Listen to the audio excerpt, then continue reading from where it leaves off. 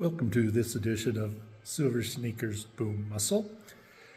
If you've seen my other videos, I've started doing a video on Silver Sneakers Boom Mind, which is a combination of yogas, Pilates, some stretching, and more sort of mindful exercise, trying to connect the nervous system of the brain, the muscles, and connective tissue. I have a hard time with these formats, like particularly yoga. I don't like to hold positions for a long period of time. I don't like to stretch. I like the dynamic exercise like in Boom Muscle. Nonetheless, I'm working on it. I think it'll be beneficial for my body. So to start this session off, I'm going to do a little bit of foam rolling to warm up, get my muscles working, get the connective tissue stretched, and then move on to a more dynamic workout. Hopefully you enjoy this as much as I do. So to start, I've got a fairly firm foam roller here. You'll see some with knobs. I'm going to grab one of those in a little bit. Those give you a more focused pressure on these tight areas. I will start with my calves.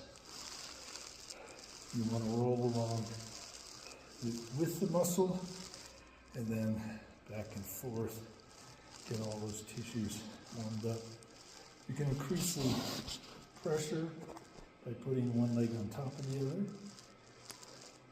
I kind of focus on my Achilles tendon to start. I've had some problems with my Achilles before.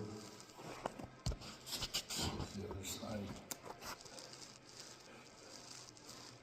You want to avoid doing a foam roller or self-myofascial release, SMR, on a daily basis, but 2 or 3 times a week is appropriate. And moving farther up my calves, I feel for really tight areas, sore little areas of what are probably scar tissue. Spend a little more time on those. Move it up, go to my hamstrings.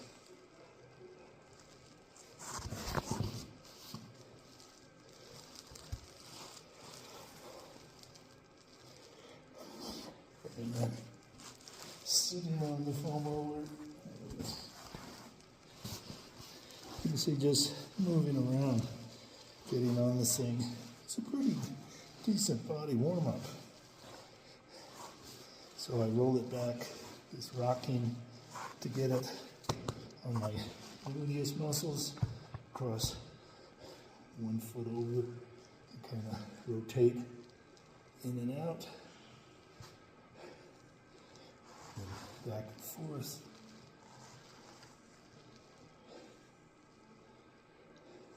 And switch the other side.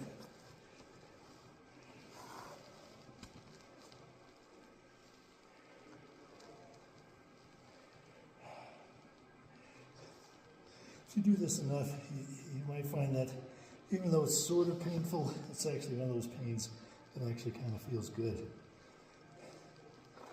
Then I sit in front of the roller, get it on my lower back.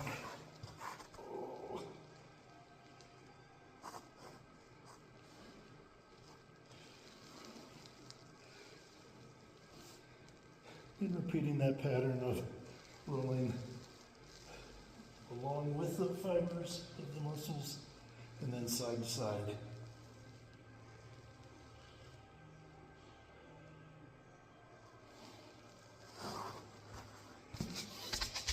And I switch to the front of the roller. And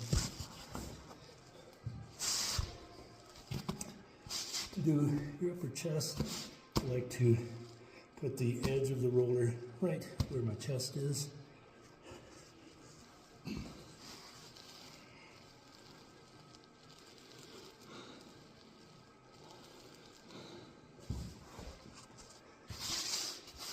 Other side.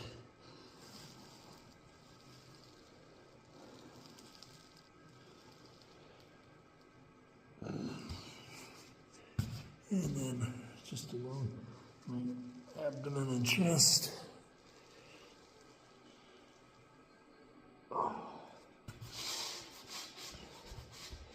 rolling one side of the quads.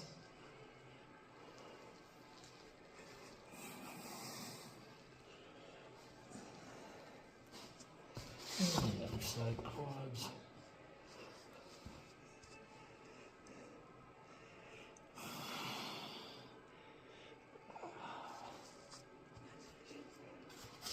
And I can put the roller off to the side. Get this lateral side.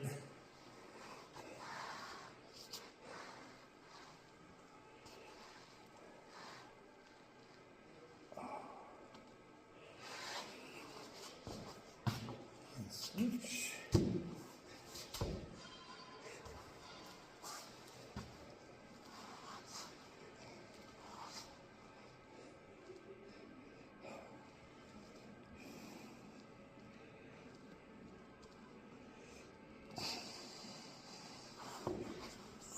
Let's stand up and take off my shoes.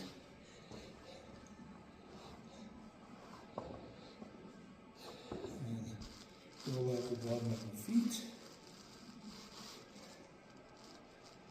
And forward and back, side to side.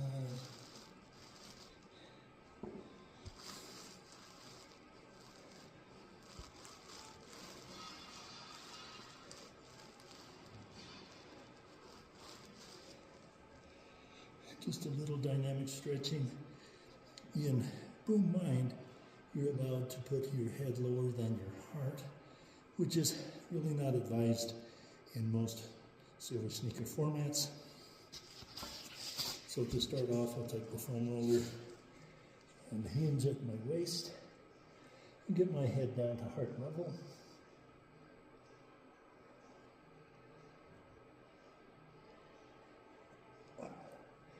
Trying to stretch out my posterior legs.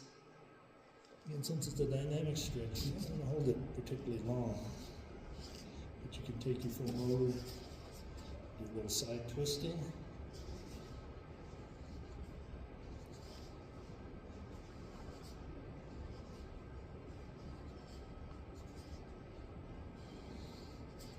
And sweeping your arms overhead.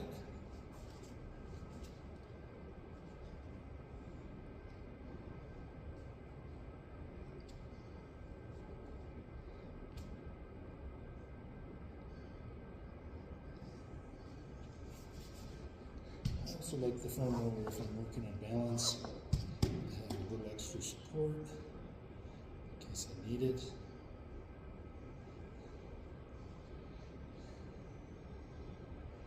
Okay. I think that's enough for this warm-up, so we'll start on our exercise next. Now that it's almost Thanksgiving in December, time to start thinking about some of our outside activities. If you live in a snowy region like I do here in Colorado, I love to get outside in the snow and cold to hike, snowshoe, cross-country ski, or sometimes even downhill ski. As a senior, you want to prepare your body for these activities. When you're younger, maybe you just jumped on a pair of skis and headed towards the slope and had no problems. When you're older, you want to prepare your body, increase your flexibility, your cardiovascular endurance, and some strength. So today I'm going to go over some exercises I like to do to get my body prepared for some cross-country skiing or snowshoeing. As far as equipment, I have a couple slide discs, a couple of these poles which can substitute for like a ski pole. I've got my mat for the floor, a couple of devices for instability, a Bosu ball or this little pad, and then I have a jump rope around a post to simulate the activity of poling for cross-country skiing. Start to warm up my hips, which are critically important. I'm going to do just some partial squats.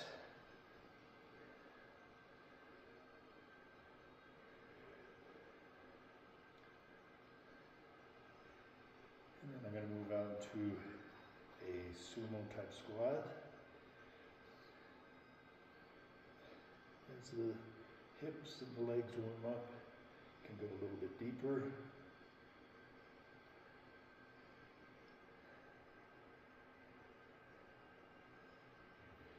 And I'm going to step sideways to a side lunge.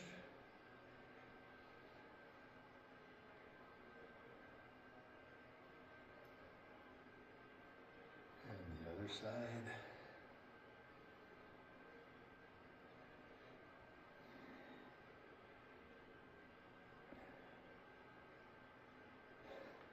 Hang on to a support.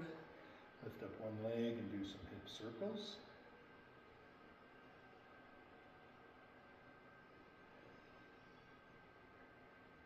And switch the other side.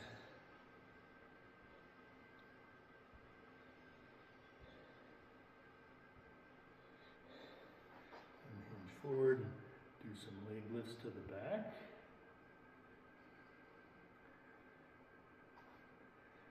In this next set, I'm going to cross the foot behind and out to the side.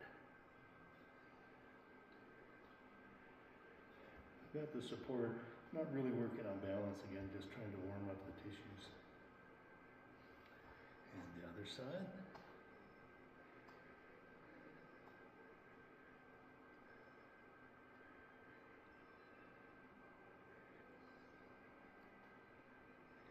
Side and behind.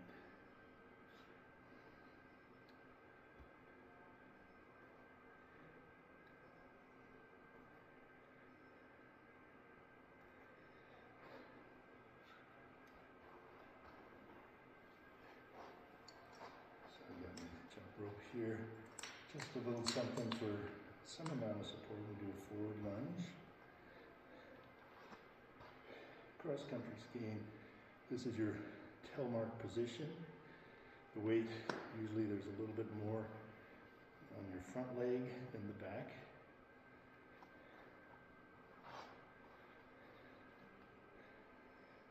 You're often, since you're moving, kind of unstable in your balance. So I'm going to bring this little instability ball, step onto that, try and get down into my forward lunge position and hold it. You can pulse, sort of simulate the movement you might be doing, going down a slope in a telemark position. Other side.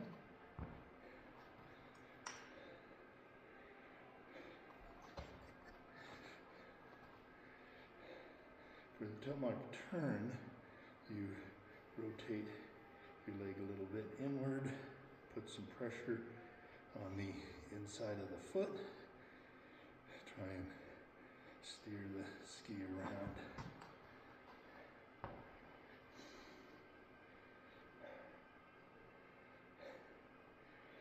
Often considered cross-country skiing to be somewhat of a controlled fall.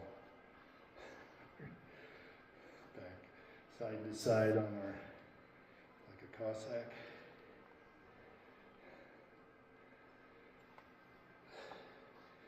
We can snowplow on our cross-country skis, so we internally rotate our feet, bring our knees in, and sit back.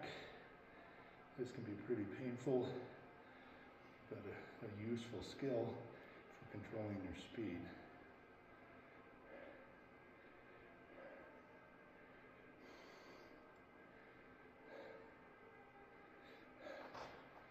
Shake it out.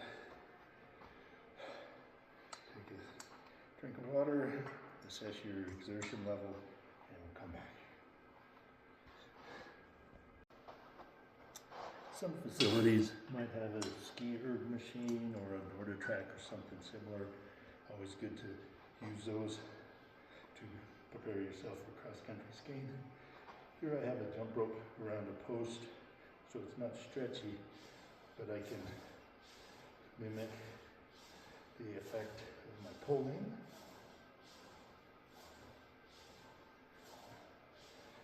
some double pulling, which on this one, you can have a stretchy band, or this one, step closer.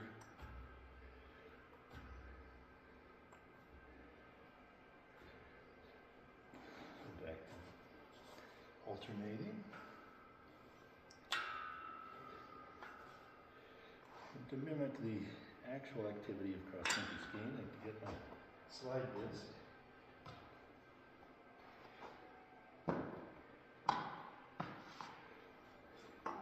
You might just start with one at a time. In cross-country skiing, you don't really push off like you do walking or running.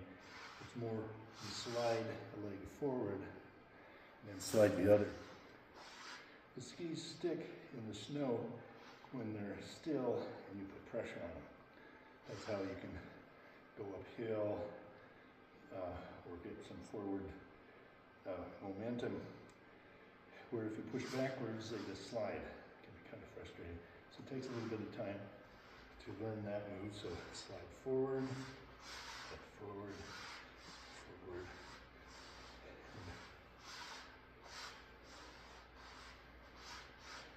So I'm going to switch to grab these two poles I have.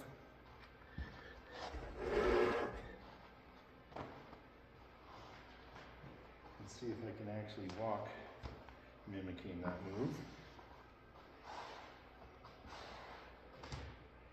Got my feet in the slide disc. And I move one leg forward, opposite pole. Forward. Let's see if we can go down and back doing this.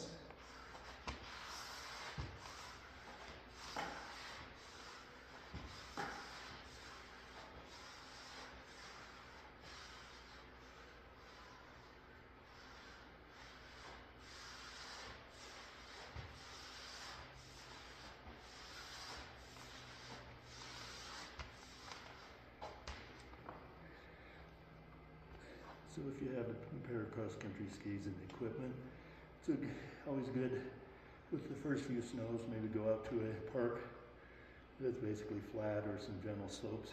Try and get the movement and your cardiovascular system working towards this unusual but very pleasant activity.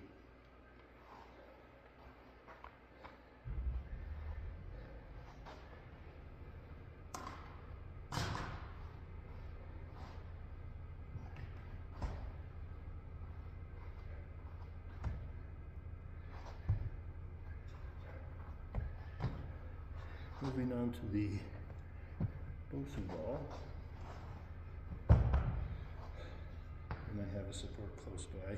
Just back a little bit.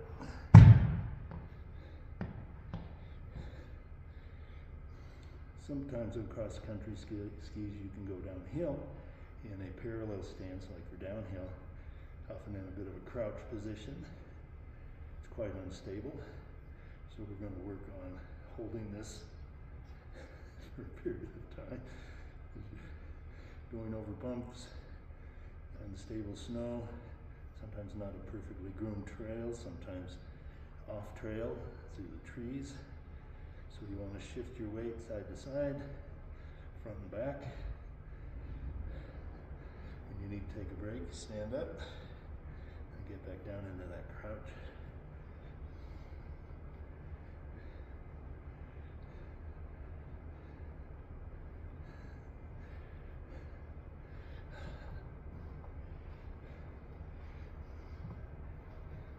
As I mentioned earlier, cross-country skiing is kind of a controlled fall and recovery. Well, sometimes you actually do fall. Hopefully onto a soft snowbank.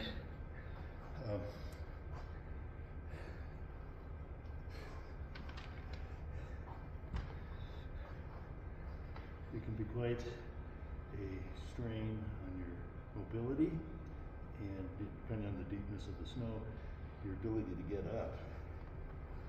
So I'm pretending I fell. My legs are spread all out. And I have these long things attached to my feet. they typically don't have break loose bindings like downhill skis, so your feet don't come out of the bindings. So with the skis buried under the snow, you sometimes have to try and dig some of the snow away, try and get back to one ski forward in the proper position, on your knee on the other. Often at this point your foot is kind of in an uncomfortable position. I usually grab both my poles, put them off to the side, stand up, lift the ski up, come back together. Another thing, starting off in the season, if you're out in the park with a few inches of snow, it's kind of practice falling down and getting back up, so that when you're on a longer excursion, it's not quite such a devastating thing. It's better to fall down than to smash into a tree or some other hazard.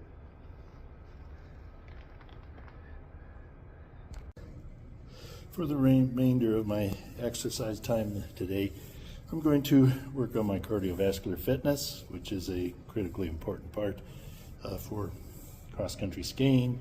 It's somewhat important for downhill skiing, but something like snowshoeing, absolutely essential that you work on either doing a stair climber, elliptical, treadmill, getting outside and even just hiking through maybe a couple inches of snow. It adds a huge amount of weight if you get any deeper than that, and can be quite exhausting. So we want to avoid having any cardiovascular accidents when we're out enjoying the wilderness, and so preparation is very important. I hope to see you next time on Silver Sneakers.